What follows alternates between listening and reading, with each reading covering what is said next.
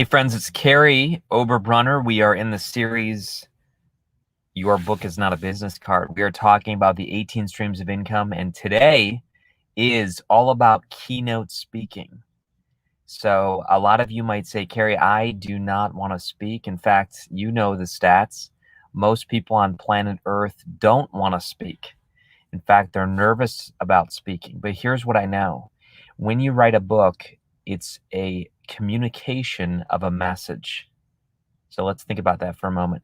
When you write a book, you are communicating a message with the written word. Now think about that. We know that a book is the written word, but when you're on a stage, you're doing the spoken word. So think about that.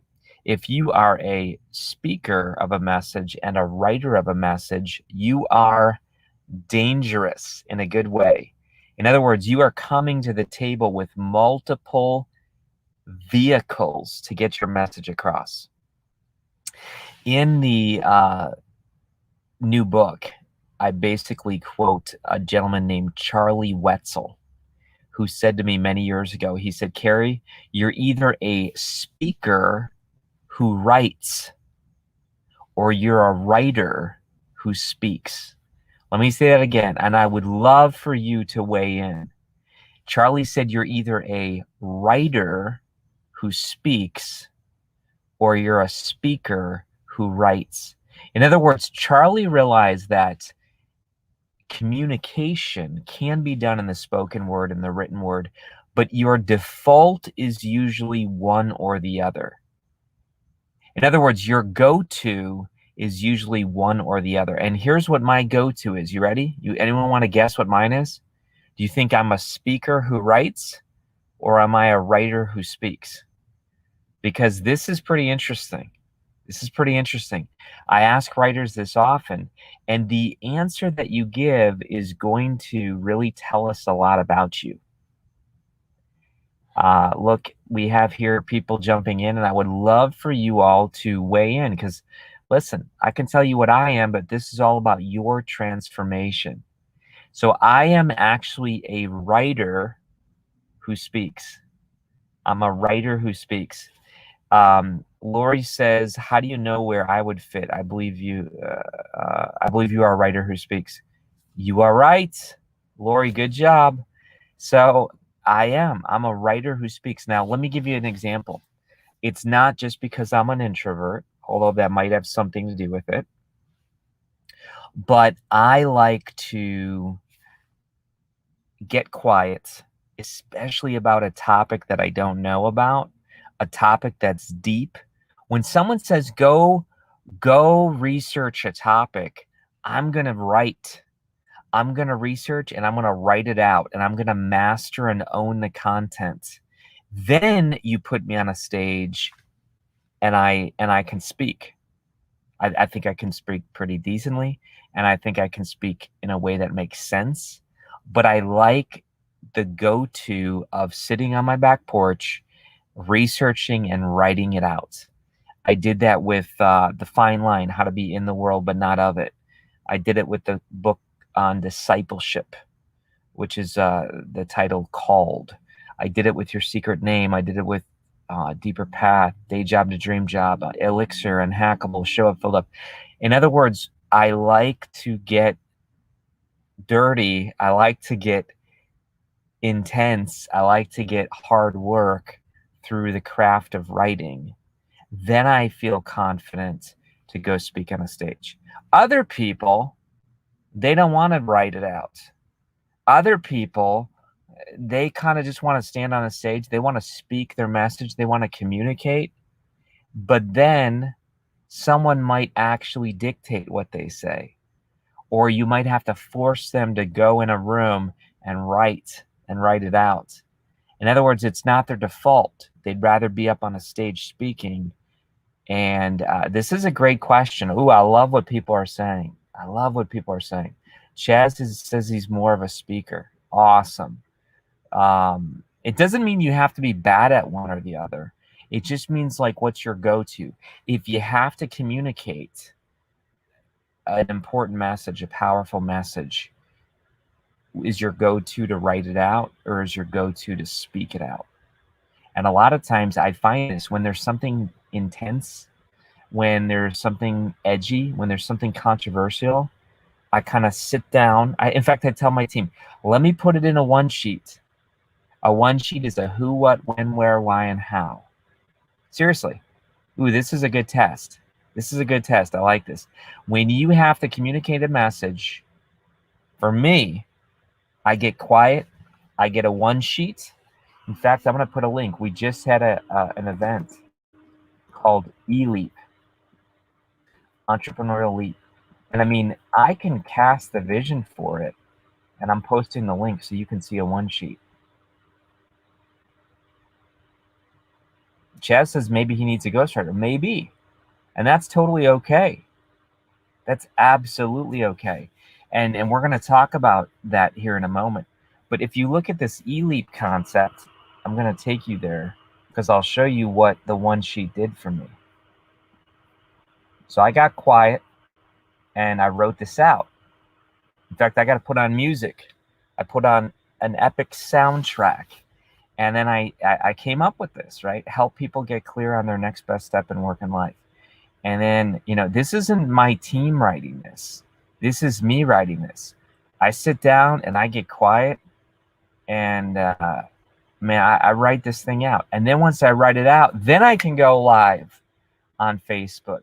Then I can communicate it with passion and clarity and confidence. You see what I'm talking about? All right. Now, others of you, here's a trick. Ooh, I'm going to teach you a trick, Chaz. You ready for this? Here we go. Chaz might need a ghostwriter, but he also might need this little thing that I'm going to teach you. It's called Otter.ai. You know what I'm talking about? Otter.ai. I'm going to show you this here in a moment. Hang with me. Yeah, I'm going to show this to you. Because here's what you could do.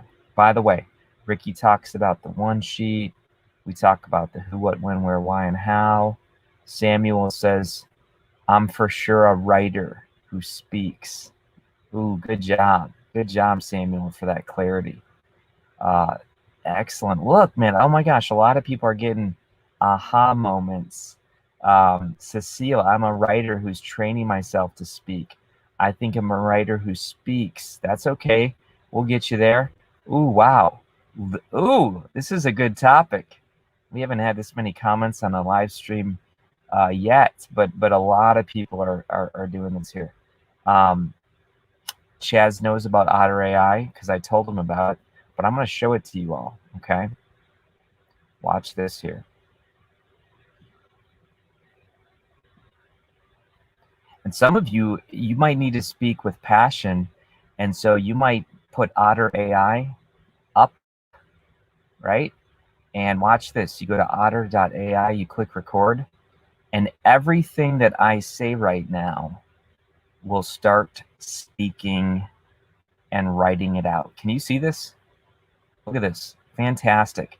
So some of you need to get on a stage in your house and you need to just speak passionately. And as you do, your book will be written. How cool is that? Is this a cool tool or what? But listen, and it'll get 99% accurate. You'll have to go back and do a little bit. But here's my point, folks. Don't just get up and speak randomly. Outline your talk. Outline your talk. In fact, if you're coming to the Igniting Souls conference, especially the VIP session, the whole VIP session, what I'm going to do is I'm going to teach you how to write a book fast. And you know what? I'm actually going to be on stage on an exercise bike. I'm not even kidding. We're bringing in an exercise bike, and I'm going to show you that once I do the outline of the book, which I'm going to show you a very powerful way in just a couple hours to outline your entire book. And then once your book is outlined just with a few sentences, then you go open up Otter AI. And because I'm going to show you how to do this, you literally can speak your book while you're riding an exercise bike. I did this. That's how I wrote Show Up Filled Up on the Peloton. I did the mini book outline, and then I spoke it out with Otter AI. First time I've ever done that. Let's keep going though, all right? Because a lot of you are putting comments here, which is fantastic. You might say, Kary, what do you call your keynote speech? You call it your book. I think it said we lost connection, but hang on, my friends. We'll get it rolling. Don't worry, my camera might have got lost. I'm chilling in the car. Hang on, I'll come right back.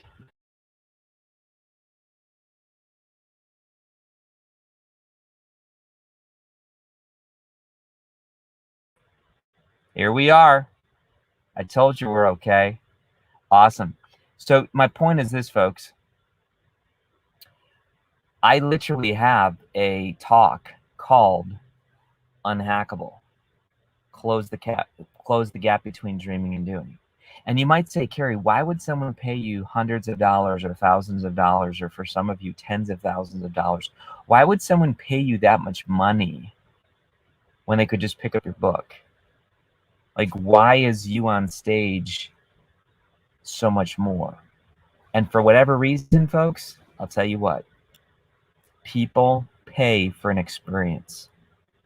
Back when I used to speak on Your Secret Name, I mean, I would bring in disappearing paper, and I would have people come forward and write their names that they've been carrying around their entire life, and they would drop it into that disappearing water, and it would be gone.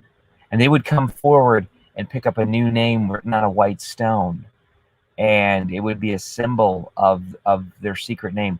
Folks, I'm telling you, we would make things experiential.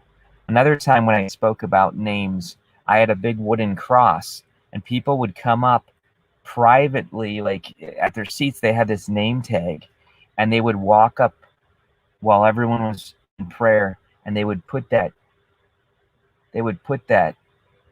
name tag and grab a hammer and pound it into the cross as a representative of their old names being nailed to the cross. There were people that had massive breakthroughs. There were people that started their relationship with God all because of a talk based on a book. You get what I'm saying? So you might think, Kary, well, am I just going to read my book? No, you're not going to stand on stage and read your book. Now, you can read portions of your book if that's your thing, but no one's paying to come to hear you read your audiobook. You see what I'm saying? But I'll tell you what is powerful. Don't read a portion of your book from a slide. This is a really good marketing tool. Okay. Somebody says, is the offer expired? Yes. Entrepreneurial Leap is done. Okay. We just had that on Saturday. That's all gone. I just was using it as a one sheet example. But I'll tell you what's not expired is the Igniting Souls Conference. So Ricky, if you can drop that in, that's what you want to come to. That's in October. That's for authors, coaches, speakers, and entrepreneurs. And that, my friend, is going to be the day that I teach you how to do your book in a few hours. And we're going to give everyone 2 barcodes and 2 ISBN. And that alone is a $250 value. And so there's going to be a ton of people that are going to actually crack the code on writing their books. Chaz says we're going to do eLeap again. Yes, we are. So don't you worry, my friends. But yeah, see, I mean, look, Samuel's interested. Fantastic. All right, so here's what I'm going to teach you to do. Do not read your book from a PowerPoint slide, and here's why. Demonstrate the product.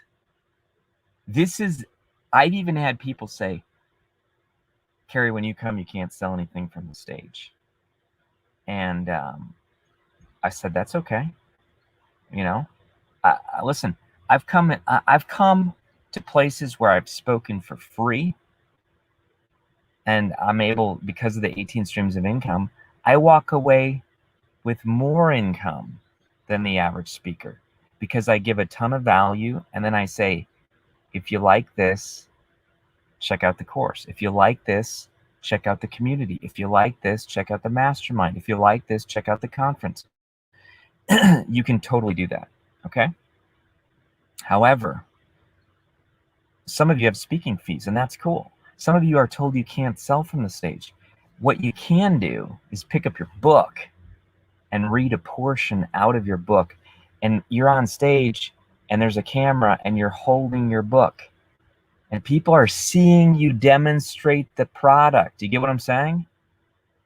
Pull out that book. That book, it means you have credibility. We say Michael Jordan wrote the book on basketball. Oprah Winfrey wrote the book on daytime television. Folks, when you write a book, you are now authority. You are credibility. You bust out that book and you read from it. And it's not showmanship. It's not being showy. It's you saying, even if you have that line memorized from your book, you pick it up and you hold it because you're demonstrating. And people say, oh my gosh, I want to get that book.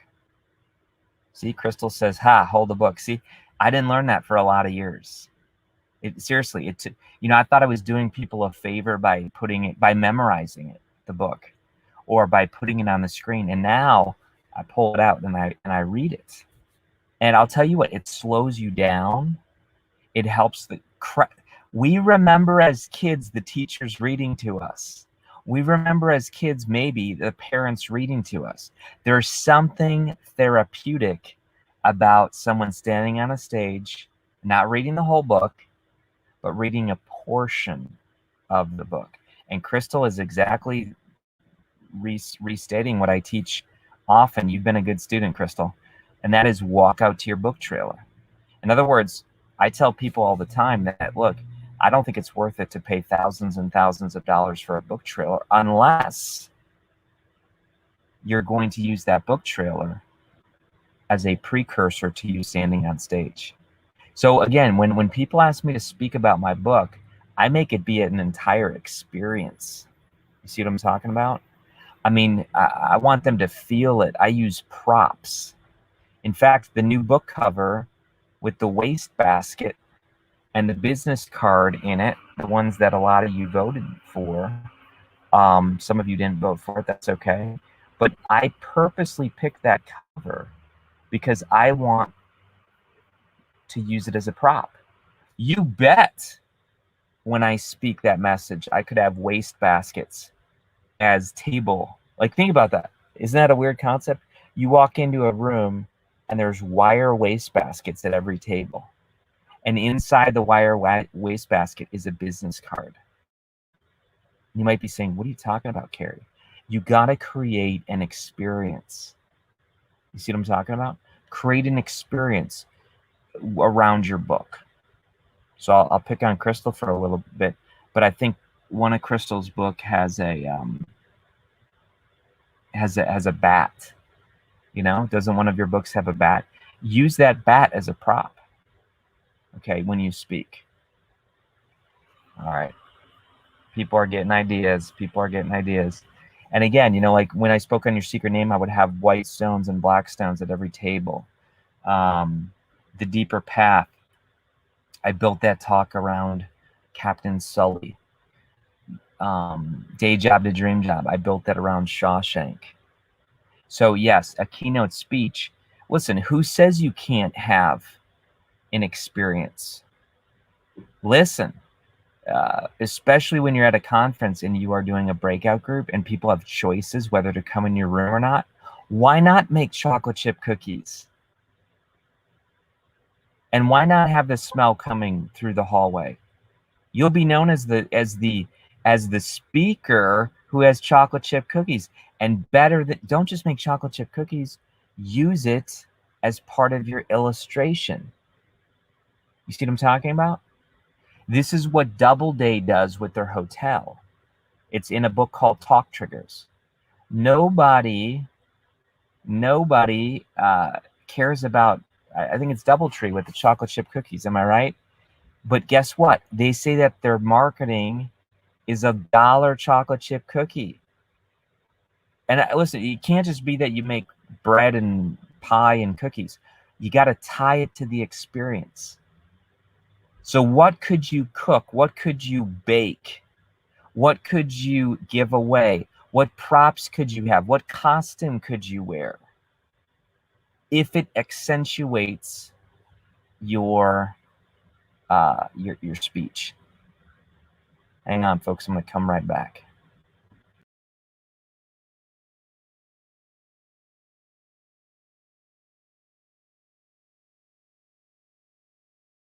Thanks for your patience.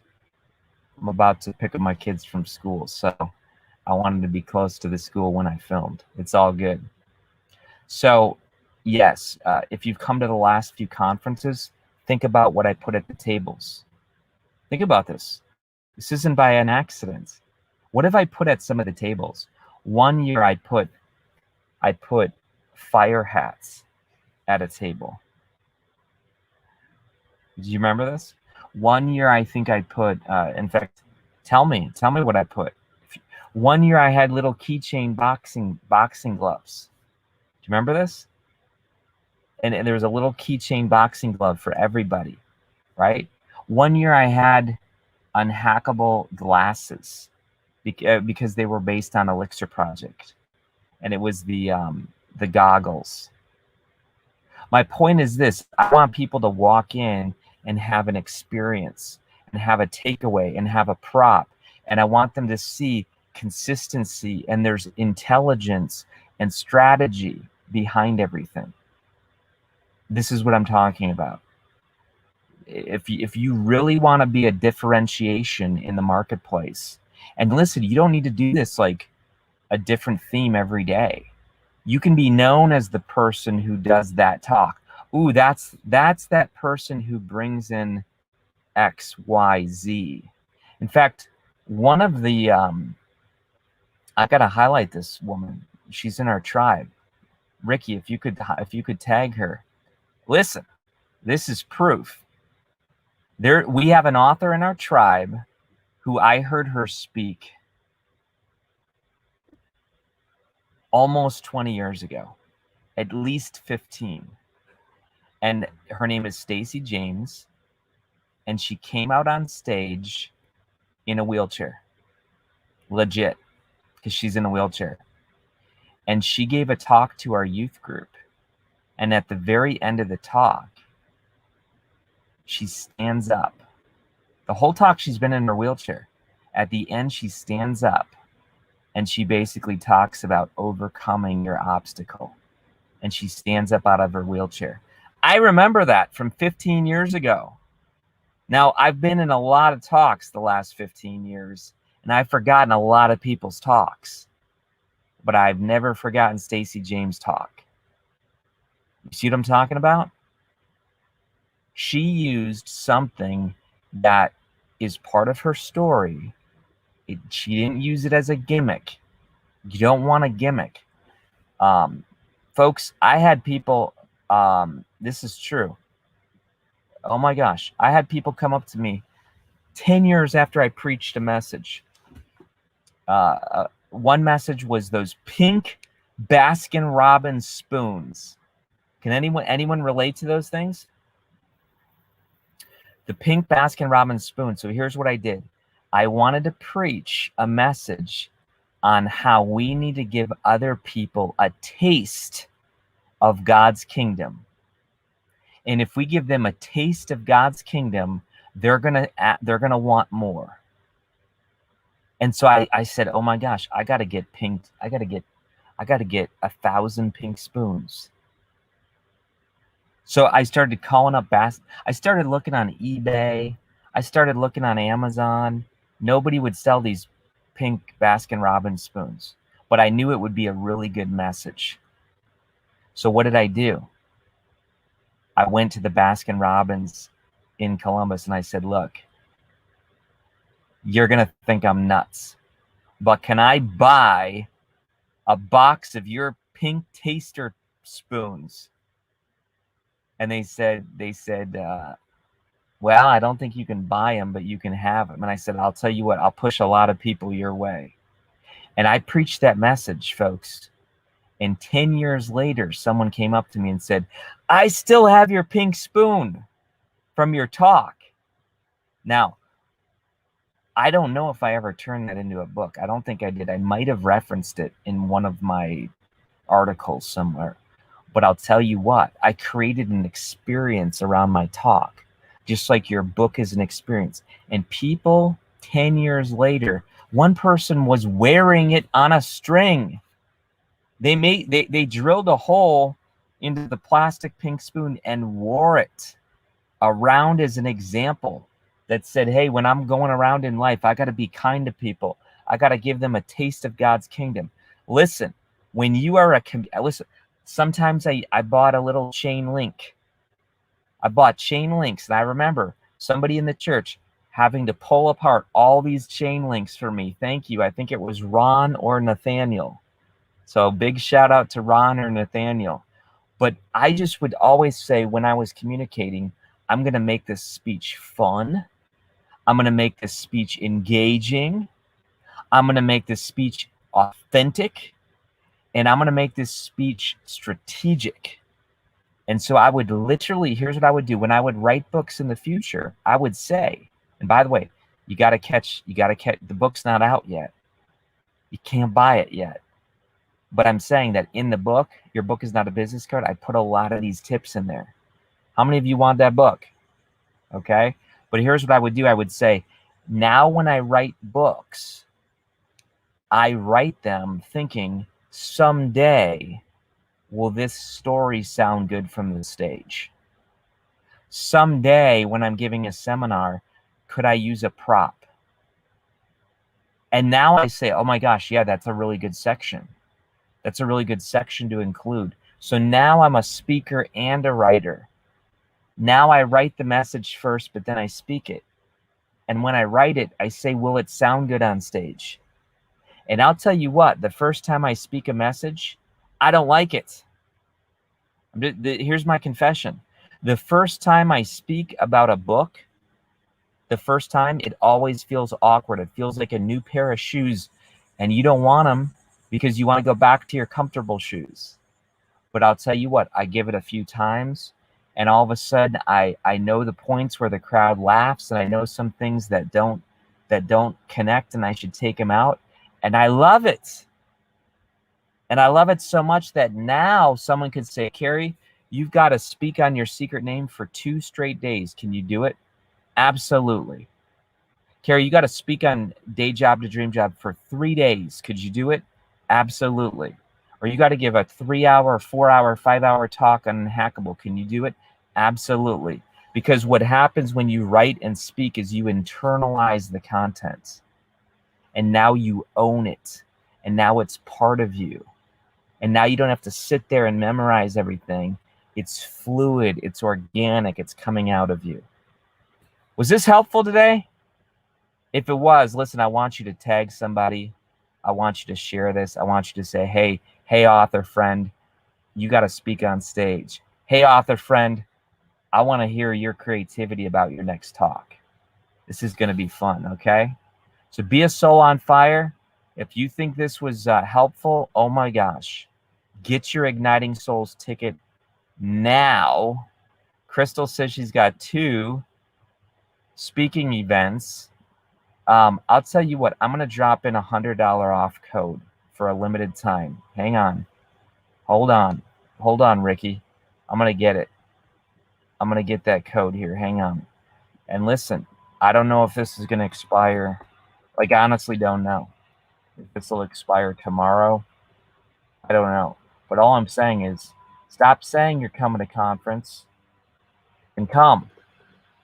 And by the way, the VIP ticket is going to be all about getting your book done. Okay, here it is. Here's the code. Here's the code. So share this, get it out, get your friends, get your ticket, capital P, party gift, capital P, capital G, okay? So there you go, get your ticket, and we'll see you there. Be a soul on fire. My camera's out anyway. Take care. I believe in you.